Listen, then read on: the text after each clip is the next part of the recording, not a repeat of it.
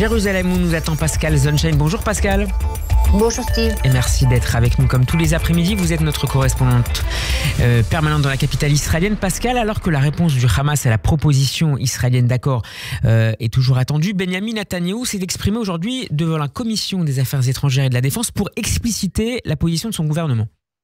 Et expliquer notamment qu'il n'y aurait pas d'accord qui empêcherait Israël d'atteindre tous les objectifs fixés pour la guerre, qu'Israël ne commencerait à discuter des phases ultérieures du plan qu'après 2 premières semaines de trêve et qu'il n'y avait toujours pas d'accord sur le nombre d'otages qui devront être libérés dans la première phase de la trêve. On a vu qu'hier soir, le cabinet de guerre s'était réuni pour discuter de la situation après que le président Biden a donc révélé vendredi soir l'essentiel de la proposition israélienne pour la trêve et la libération des otages. Finalement, il a été décidé de ne rien décider et de ne pas envoyer de négociateurs auprès des pays médiateurs tant que le Hamas n'aurait pas rendu de réponse claire. Pour l'instant, l'organisation palestinienne se borne à déclarer qu'elle considère positivement la proposition d'Israël, mais qu'elle s'en tient à son exigence qu'Israël s'engagera sur la fin de la guerre à Gaza et réclame en outre de recevoir par écrit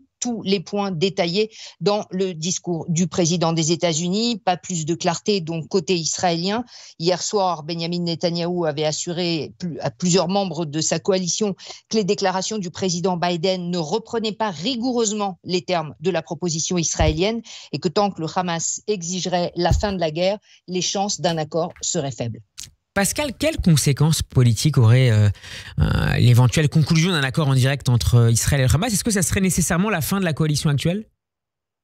Toute la question est là et pour l'instant, le plus dur reste à faire pour Benyamin Netanyahou, qui doit d'ailleurs recevoir tout à l'heure Itamar Ben-Gvir, le ministre de la Sécurité nationale et leader du parti Puissance juive, avait déclaré dès hier qu'il s'opposerait à un accord qui ne serait pas une victoire totale, mais plutôt une défaite totale, et averti que dans ce cas, il préférerait faire tomber le gouvernement. Même réaction du côté de son collègue nationaliste Bezalel Smotrich, qui a lui aussi protesté d'avoir été tenu à l'écart de la proposition qui a été discutée au cabinet de guerre, mais qui n'a pas été présentée au cabinet de sécurité où siègent les 2 ministres nationalistes.